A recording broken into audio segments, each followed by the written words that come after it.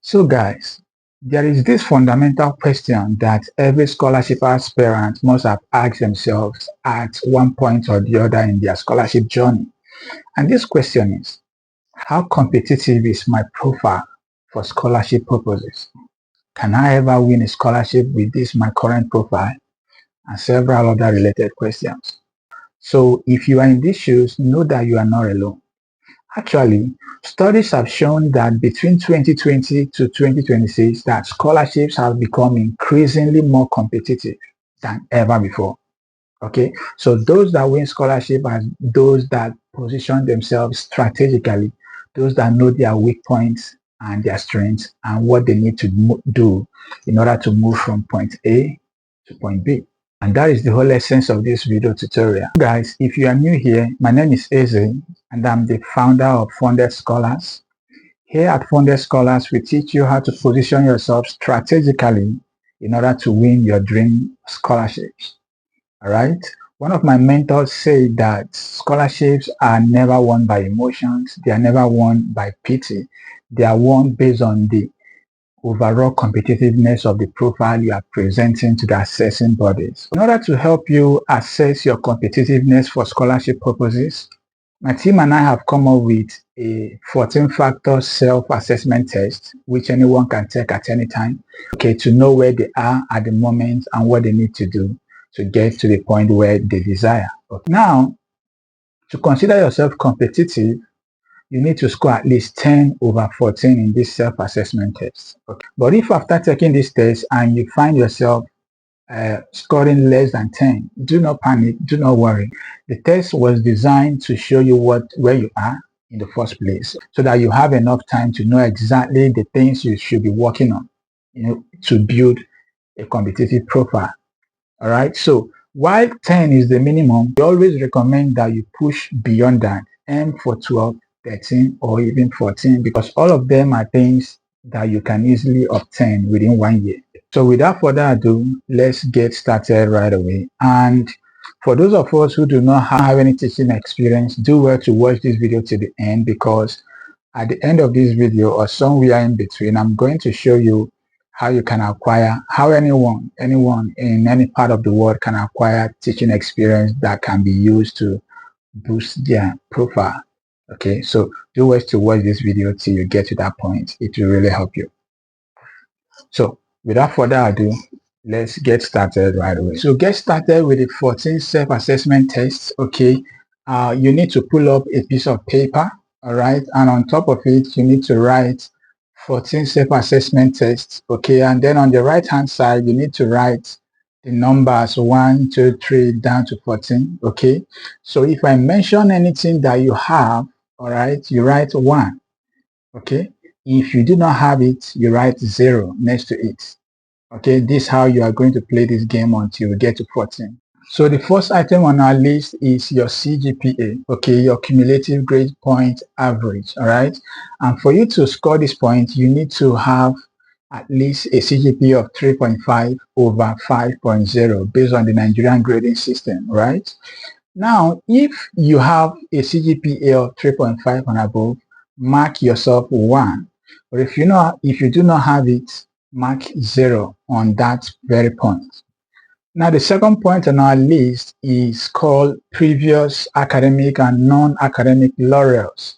Okay, this comes in the form of awards that you've got maybe on account of your exceptional qualities in school or outside school, right? Maybe if you won the best employee of the year, if you won the best graduating student in your class, or maybe you've won scholarships in the past, received in the course of your journey, all right, earns you this point. All right, so if you've gotten a scholarship before, or you've gotten an award before for excellence, all right, mark yourself 1. And if you've not, mark yourself 0. Third on our list is relevant job experiences or internship. If you've had a relevant internship experience or job experience related to the scholarship you are applying for, mark yourself 1. If you've not, mark yourself 0. Okay, the key word here is relevant internship or work experience. In other words, if you have a work experience but it's not related to the scholarship you're applying for, mark yourself 0 because it will not add to your success. So the first on our list is leadership experience, right? If you've had any leadership experience where you demonstrated leadership, maybe it could be in your university days where you were the departmental president, or maybe the class representative, or maybe a student union government, whatever leadership capacity you may have find yourself in. Okay, if you've ever been in a leadership position in any of these fields, mark yourself 1. Now, if you've not been in a position where you led people, where you coordinated group projects, mark yourself 0. Now, the 5th on our list is community development services. Okay, community development services, I mean the services where you volunteer to assist with maybe helping your community to improve your community. Maybe during your NYSC you participated in maybe community development activities. Maybe you helped to clean up the local government. Maybe you helped to clean up the water bodies and all of this. All right. If you've ever volunteered, maybe you participated in HIV awareness campaigns. All right. Maybe you went for sensitization, orientation, on every other things. If you ever find yourself engaging in community development activities, especially if it's unpaid activities, right? Mark yourself 1. If not, mark yourself 0. This is so crucial because most scholarship awarding bodies prioritize applicants with community development experiences, all right, because it shows their commitment towards the socio-economic and political development of their environment. It's very necessary. If you've had it, mark yourself 1. If you've not had it, mark yourself 0. So the number 6 on our list is peer-reviewed publications, right? If you've had publications, if you've published papers, if you've ever written papers that you published in a peer-reviewed journal, okay, mark yourself 1. If you've not had the opportunity of publishing any research paper, mark yourself 0. Now, here is the catch. But while publication is very necessary and good in that it boosts your credibility as a scientist, okay, publishing your paper in a predatory journal will actually harm your profile than increase it. What do I mean by this? A predatory journal is a journal that do not engage in peer review of papers, all right? They do not peer review papers. What happens is that when you submit your manuscript to a predatory journal, it doesn't take more than 5 days and your paper will be published because they do not go through rigorous peer review process. All they are after is to collect the publication fee and your paper is online. So if you maybe by mistake published in such journals before, please delete it from your CV. It will not help you by any means. It will rather harm you and your chances of securing that scholarship. Okay, but if you published in a quality journal, a non-predatory peer-reviewed journal, please mark yourself 1 in this category.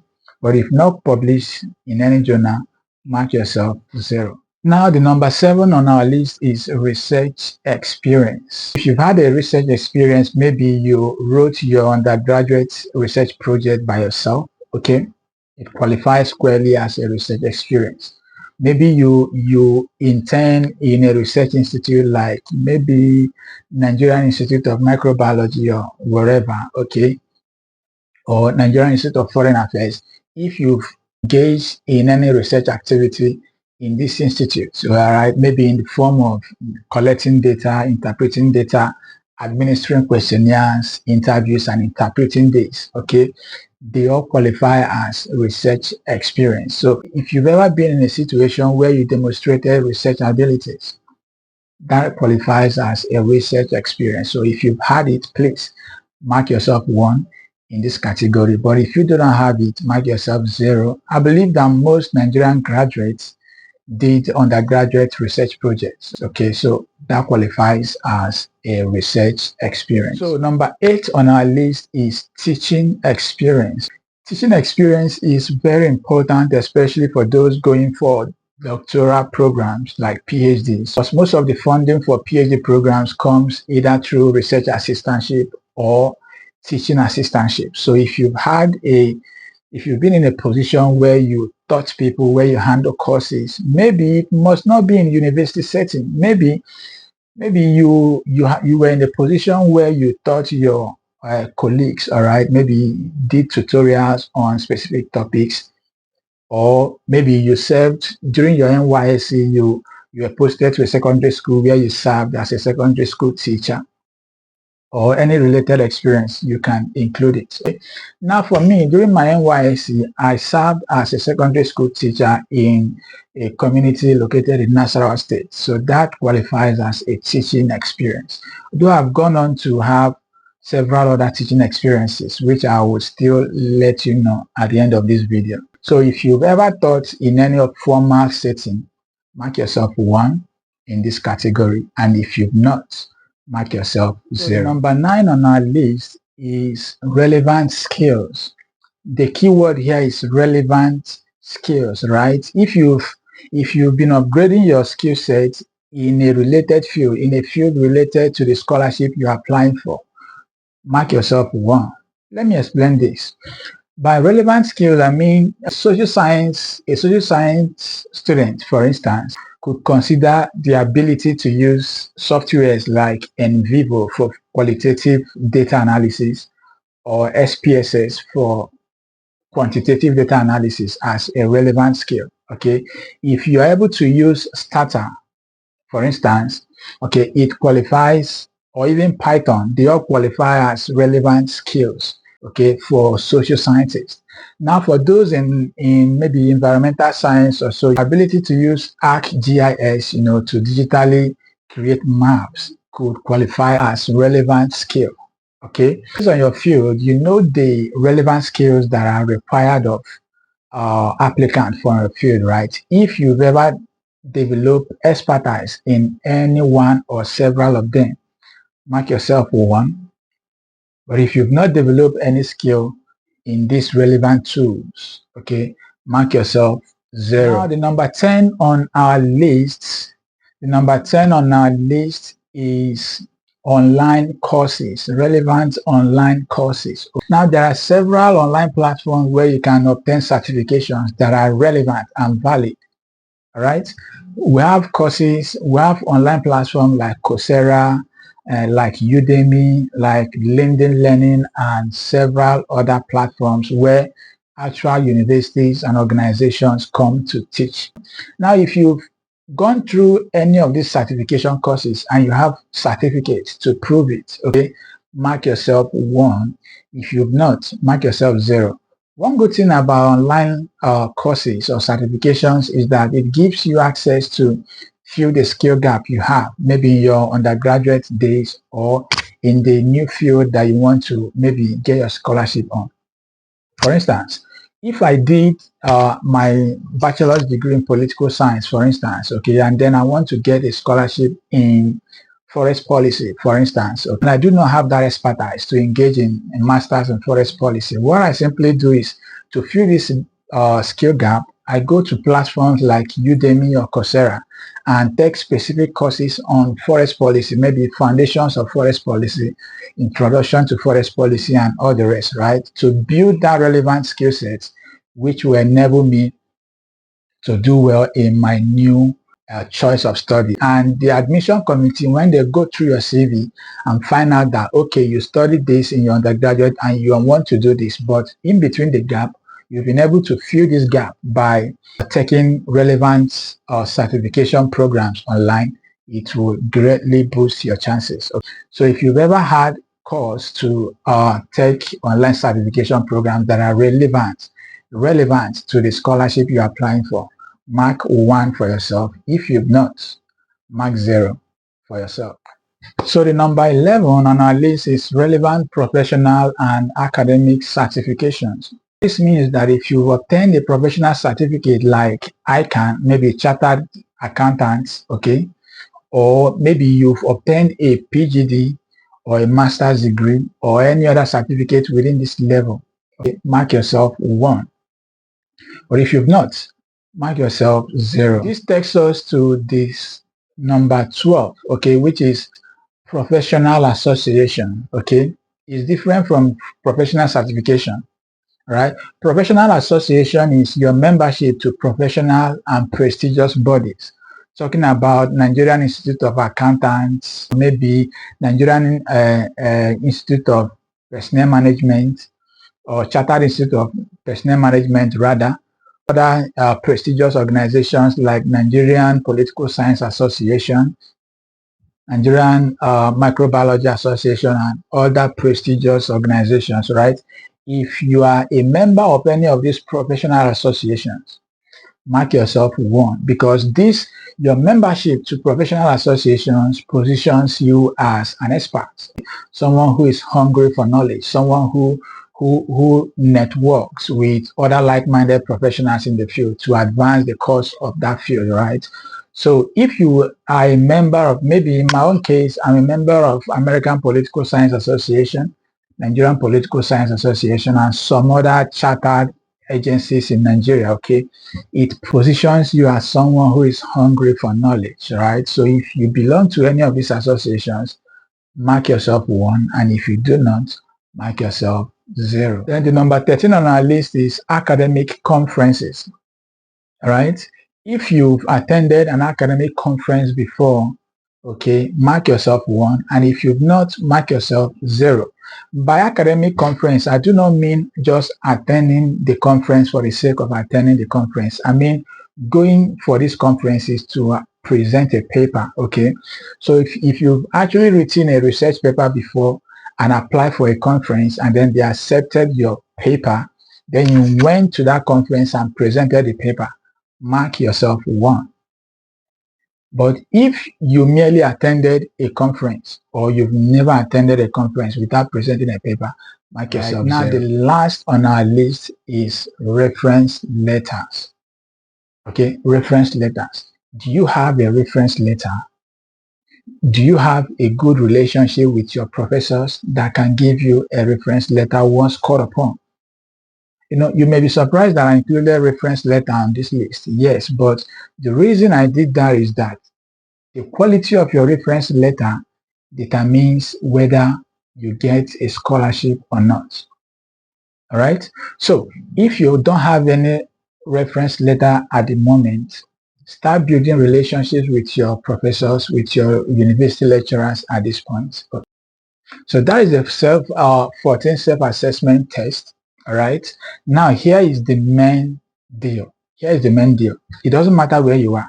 Maybe you scored only 4 over 14, maybe 5 over 6, maybe 6, maybe 10, maybe 12. Okay. Assuming you scored 8, assuming you scored 7, that is very normal. Okay. Build a relationship with them, volunteer in their labs, volunteer to write a paper for them. Anything you could do to mend the relationship you have with them, so that they will have good things to write about you when you reach out for the recommendation letter. So what you need to do right now is to open your book again. By now, I believe that you must have been ticking the boxes, right? So what you have to do right now is to tabulate all the ones that you have. Mark them together.